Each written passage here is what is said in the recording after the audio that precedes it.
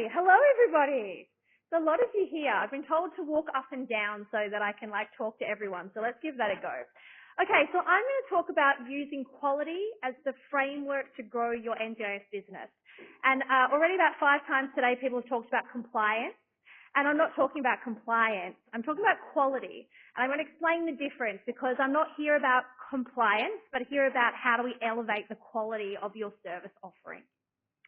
I'm going to do a quick room check. I'm going to tell you a little bit about me and my business. I'm going to explain the difference between quality and compliance and why we should be focusing on quality and not compliance. I'm going to tell you why you all need to give a crap about quality and what the reason in your business is. What does it mean to your business, the bottom line, if you do or don't have a quality business?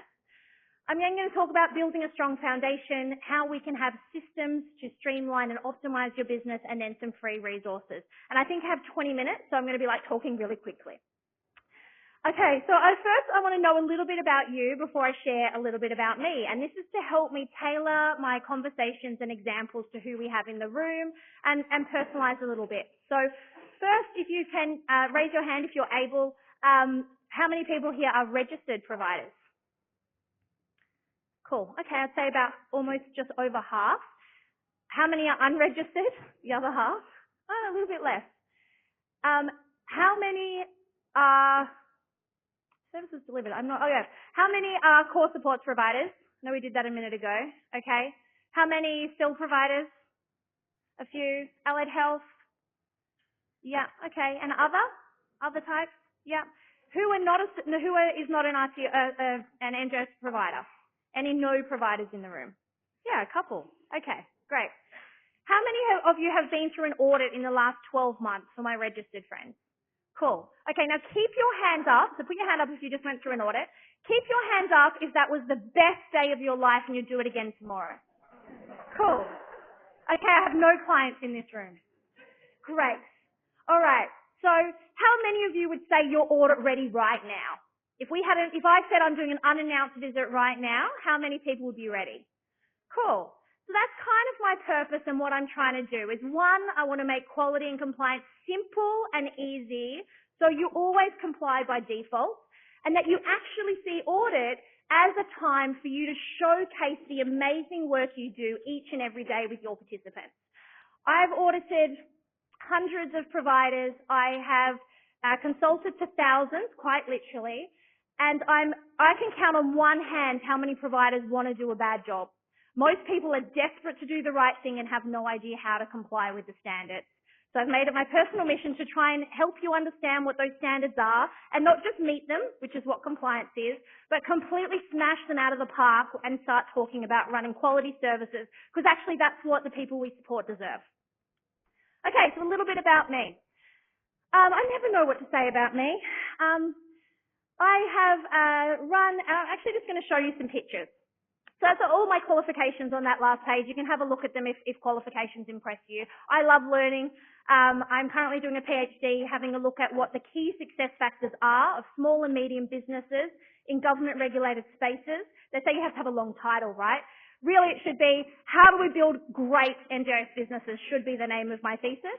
But it didn't sound quite professional enough, so we had to throw some extra words in there.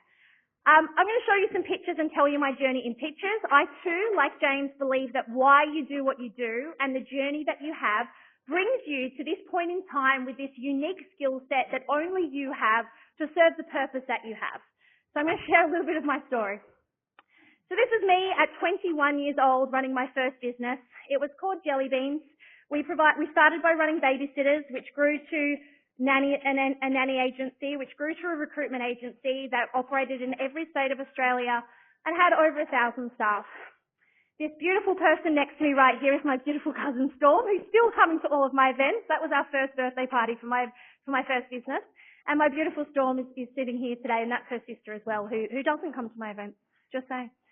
When I was 27 or so years old, I ran this massive business, and I thought I was like God's gift to the world.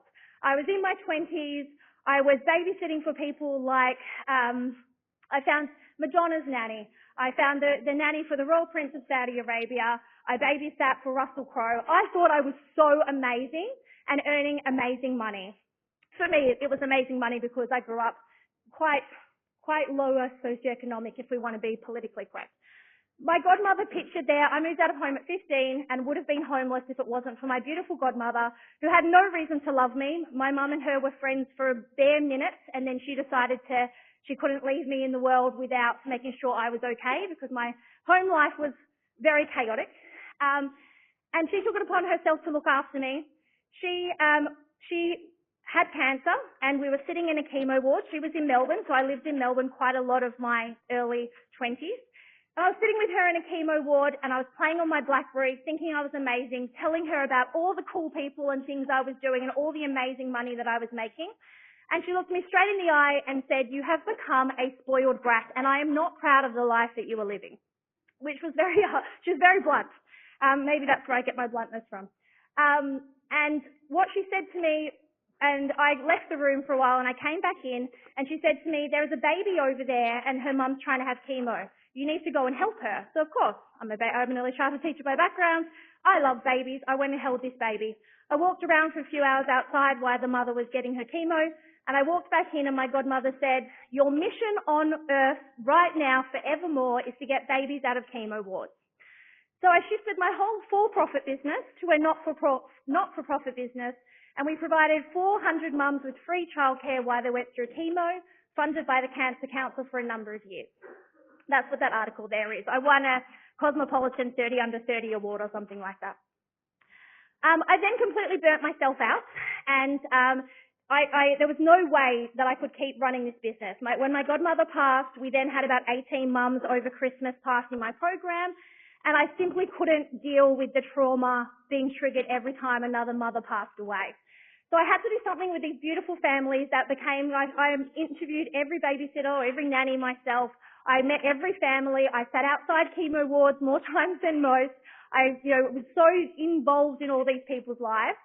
I couldn't just stop the service. The Cancer Council also wanted to stop funding the program because when people have cancer, there's very little ways to stop having cancer. They either die, and that's kind of the only way to exit the program. So what I did was found this tiny little piece of funding. At the time, it was called in-home care funding, and there was one not-for-profit business in the whole of New South Wales that had this funding, and I was able to transition my families over to their business. They then offered me a job. And I had no idea what to do with my life at this point. I sold my for-profit business for a lot of money that I could have retired at 27, and then my for-profit business, my not-for-profit, got taken over by a not-for-profit.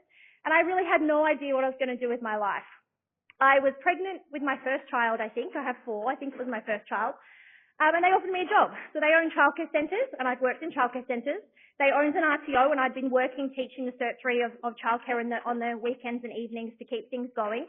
And they owned a large disability provider that took over my not-for-profit clients.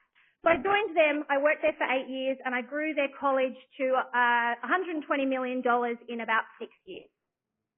Oh, I think I pressed the wrong button. Sorry. So I grew that business while having 4 children. That was Christmas last year. I then decided it was time for me to leave that business after many years. We grew to 20,000 students. We had campuses overseas. I set up colleges in Malaysia. I set up colleges in 2 different places in India. And we were looking at a 3rd international location. And I was traveling so much. I was interstate. I was overseas. I was all over the place. And it was a lot. It was a real big lot. I was having trouble having my 3rd son. So I decided that it was time to leave. I went and took a job as a CEO of a large education business, and then on my 2nd day of work found out I was pregnant with my 3rd son and had to resign. I basically went to everyone that I knew in the education and disability space and said, "I've got 9 months, give me things to do." And so out of that, they gave me RTO compliance, which I can do, but it is horrible. I had a lot of disability providers because I'd moved my organisation to the NDIS because they were block funded, and we moved to NDIS and I did that application process. I had a lot of businesses, hundreds, asked me to do their NDIS applications, and that business became Provider Plus, who's now registered, I think, 8,000 providers. And I started an e-learning business on the same day called Strawberry Solutions that's done many millions of dollars of government contracts. They do about 300 So I set up two businesses on the same day. Since then, I have sold Provider Plus almost 2 years ago, and as part of my sale, was able to bring my higher level clients over to Tania Gomez Consulting. Today, Tania Gomez Consulting runs between 13 and 20 events for free for NDIS providers each month, and we have 6 podcasts we release each month, all free information for NDIS providers, because I'm deeply committed to making sure that we're actually building the next generation of leaders. So for me, exceptional care in these businesses, because people with disability, they really do deserve exceptional care, not just standard care.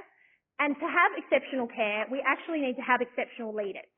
So every single person in this room, I feel, has the duty to be exceptional, to be an exceptional leader and to take that personal responsibility.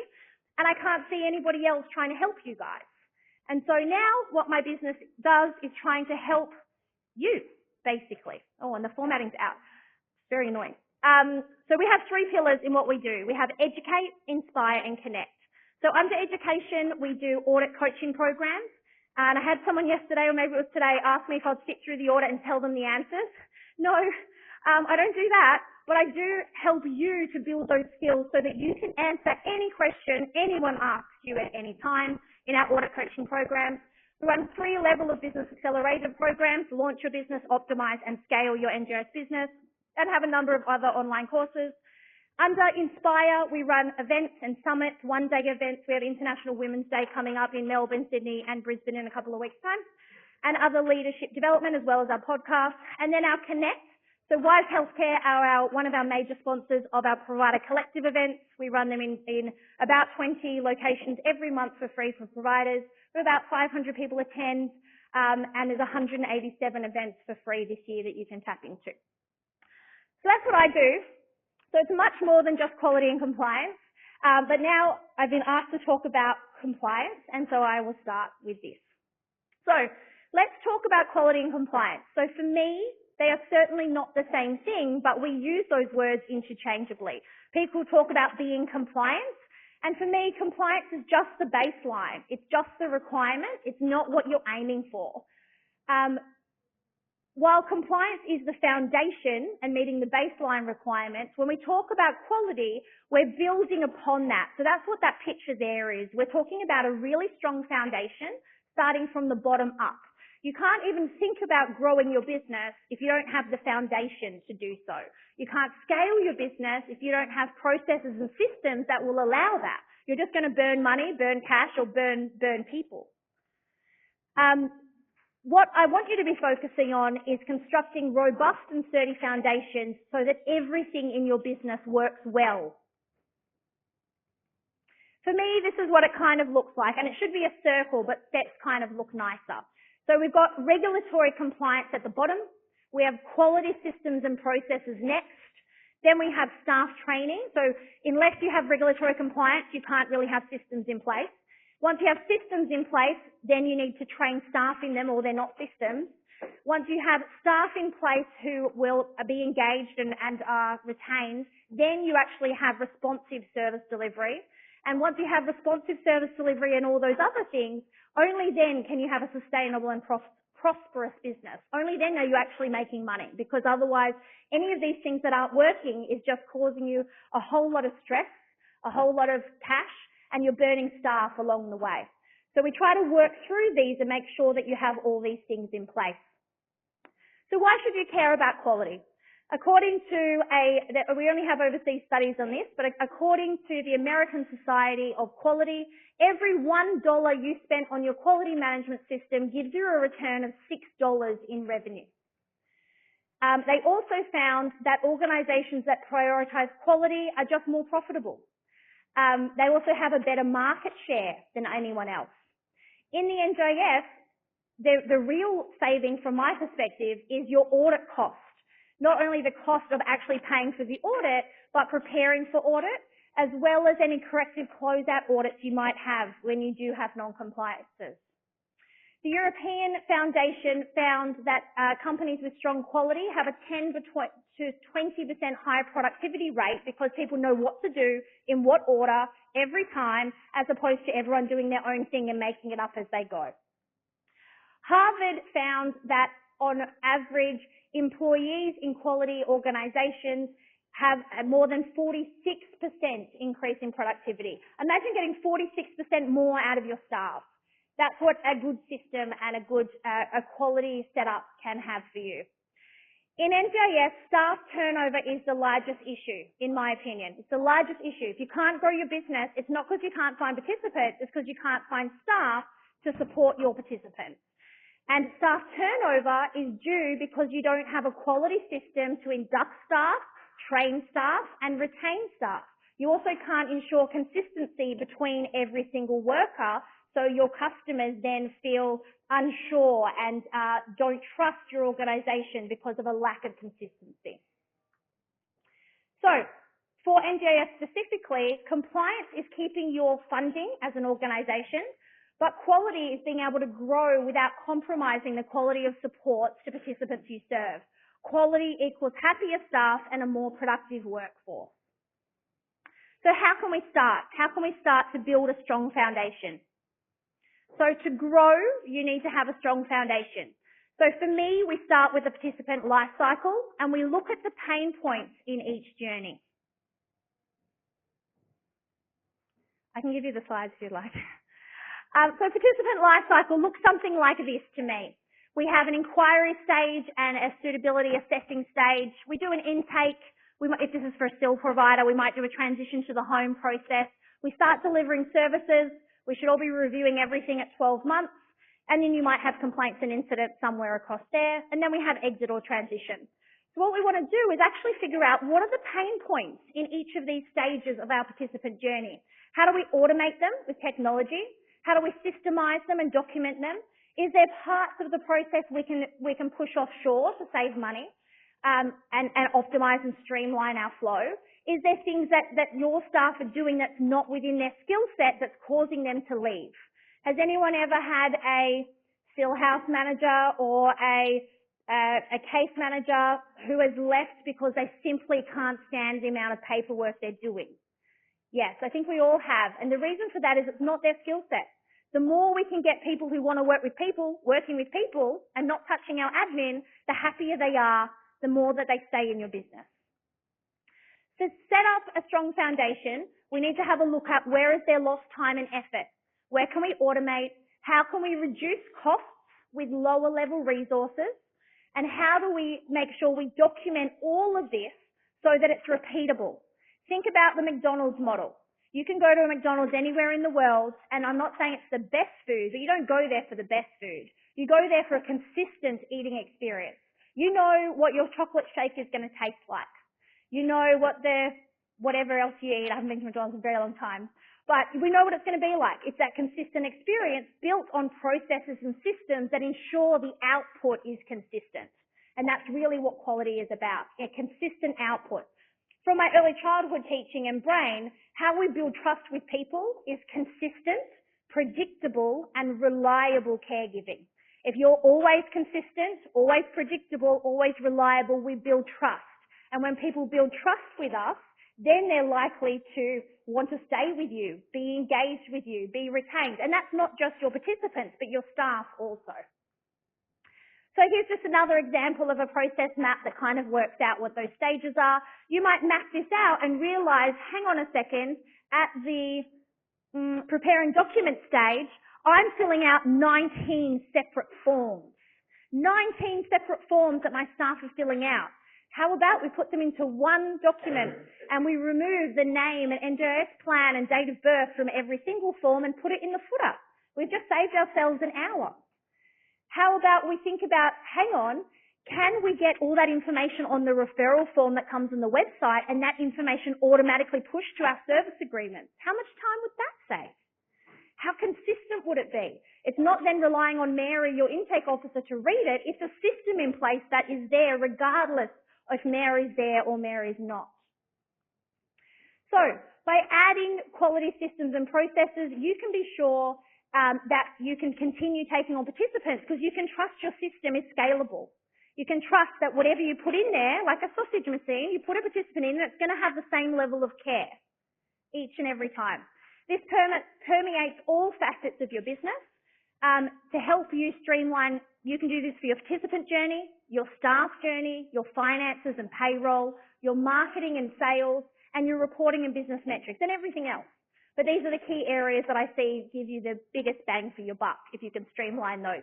Start with participants, then do staff. That's 50% of your pain. Then move through every other process. I'll give you a quick example from my business. People tell me very often that I have a lot of social media, a lot of marketing, and ask me, how many people do you have in your marketing team? Does anyone want to guess how many people I have in my marketing team? 1. I have me and I have Ruby, my assistant, and we post 4 posts on every channel every single day. Do you know we have every post for the next 365 days written and scheduled and done? So I don't have to think about it. Any post that I do, like my daughter dancing this morning, if anyone caught that, she was cute. If anyone caught that, that's just me taking one. But there's no pressure then because all my actual posts are scheduled. So it looks like I'm on my social media all the time. Me and Ruby, who's been my assistant for 8 years, she's based in Pakistan, we sit down and we talk about the quarter. We write the quarter. Then now we've gone to writing the year. And then we sit down at the beginning of each week and look at the post schedules and tweak anything that needed. We don't spend more than 25 minutes a week on our social media, but I think we have a pretty prolific following and a pretty amazing output for how much it costs me if you think about the cost or the return on investment there. And that's because we have systemized it. We have systems, templates, processes for all of those things. We just do this in marketing. You can do this in every area of your business. I've worked with large still providers that we've gone from, 3 or 4 hours for intaking a participant to 20 minutes by developing streamlined processes, systems, templates, training assets, etc., to help their staff be able to do it quicker without compromising the quality of the result. Okay, so that was it. So some free resources. If anyone's not sure where you sit as far as compliance go, there's a free internal audit kit. On my website, there's actually many free things you can download. This is one of them. This will tell you how you're rating. It's completely free, and there's a whole lot of resources available in there. We also had our 6th podcast. So Philosophy is pretty new. It comes out every second Tuesday. It's specifically for still providers. That's actually been recorded for the whole year. It's just already ready to go for you every second Tuesday. Sarah was on one of our episodes down here. Thank you, Sarah. Innovate for Impact is our podcast about all the cool people doing cool things, people inside and outside of the NDIS, to give you some inspiration about what else could you be doing. How do you have more innovative business models? Navigating NDIS is for brand new providers, explaining this very complex landscape that we have. Ask Tania is me answering one question each Friday. It's like a few minutes long. FDA Mastery was my journey of learning FDA. It's very complex. I had to learn it, so I decided to record all the learning so that everybody else could learn it too. And the Profitable NDIS Provider is at its 7th season. We've had 100,000 downloads of that. It is all about NDIS business tips about how to run a profitable NDIS business. So all of that is completely for free. If you do need help, I do lots of things. I do internal audit coaching, business accelerators, and consulting and business advisory. You can reach out to me on any of our socials, any of our emails, and always happy to have a chat.